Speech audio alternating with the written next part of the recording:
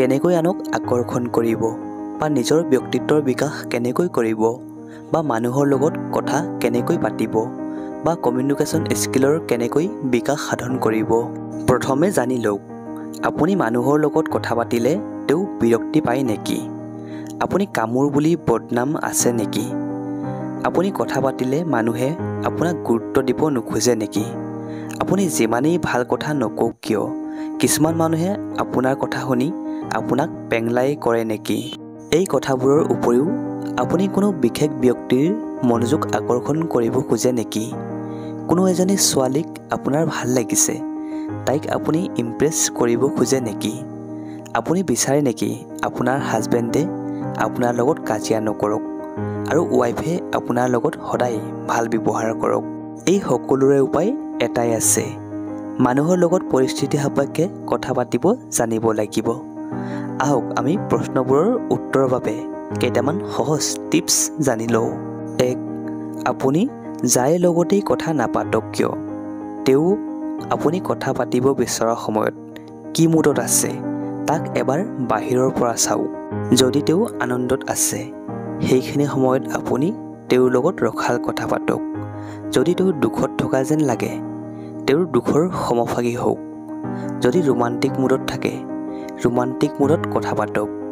মন কৰিব তেখেতৰ মুডটো কি হৈ আছে। তেওঁ খঙত থকাৰ সময়ত আপুনি যদি তেওঁৰ লগত আপুনি ভাল পায় বুলিয়েই অনবৰতে ধৰ্মশাস্ত্ৰৰ কথা পাতিবলৈ লয় তেওঁ বিৰক্তি পাবই খাটাং। সেয়েহে কিছুমান মানুহে সমাজত কামোৰ উপাধি পায়।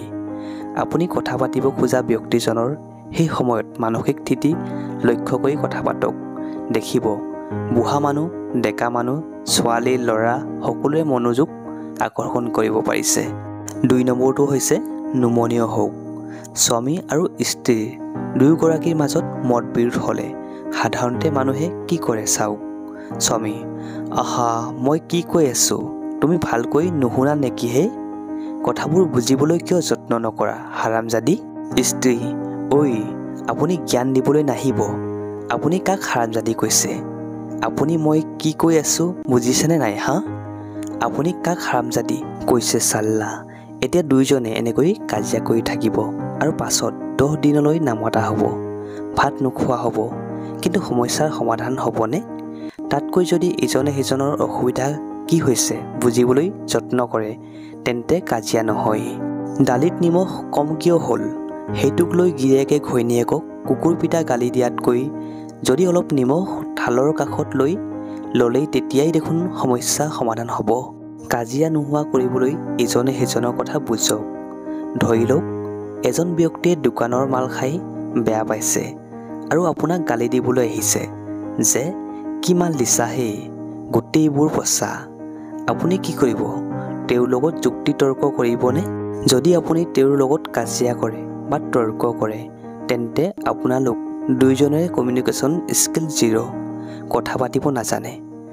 আপোনাক কোনোবাই টান মাতেৰে কথা ক'বলৈ আহিছে, আপুনি তেওঁক ক'ব হয় ঠিক আছে মই মানিছোঁ আপুনি কোৱা মতেই যে মোৰ বস্তু বেয়া হৈছে, কিন্তু মোক ক'বনে বাৰু কি কি বস্তু মই বেয়া দিলোঁ, কিহত মোৰ মালখিনি আপুনি বেয়া পালে?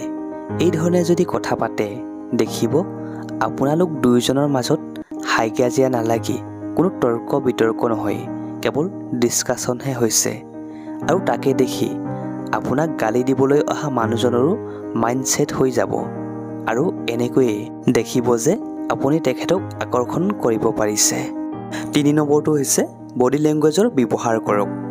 কাৰোবাক আকৰ্ষণ কৰিবলৈ হ'লে বডি লেংগুৱেজৰ গুৰুত্ব অতি প্ৰয়োজনীয়। যদি কোনোবাই মুখখন ফুলাই ৰং ৰাগ কৰি মাত দিয়ে ভাল পাবনে? আনক বা অচিনাকি মানুহক মাতিলে বা ৰিলেশ্যন গঠন কৰিব খোজোতে সদায় মানুহক এটা হাঁহিৰে সম্ভাষণ জনাব।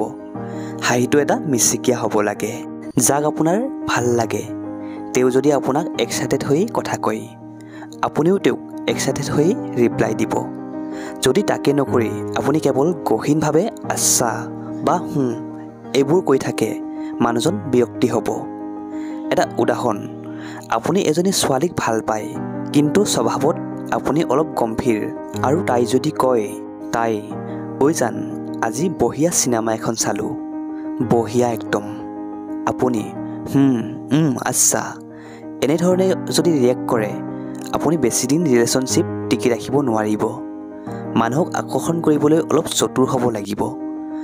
আপুনি কাৰ লগত কি কথা পাতিলে খাপ খাব সেইটো জানিব লাগিব। বুঢ়া মানুহ এজনৰ লগত যদি আপুনি প্ৰেমৰ কথা পাতে আপুনি নিশ্চয় গালি খাব।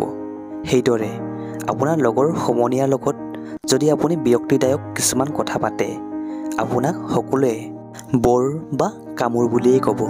সেয়েহে মানুহ এজন লগ পালে তেওঁক কেনেধৰণৰ কথা পাতিবৰ বাবে আগ্ৰহী সেই কথাটোলৈ মন কৰি তেওঁৰ লগত সেই ধৰণে কথা পাতক। দেখিব আপুনি মানুহৰ চকুত পৰিছে। ধন্যবাদ।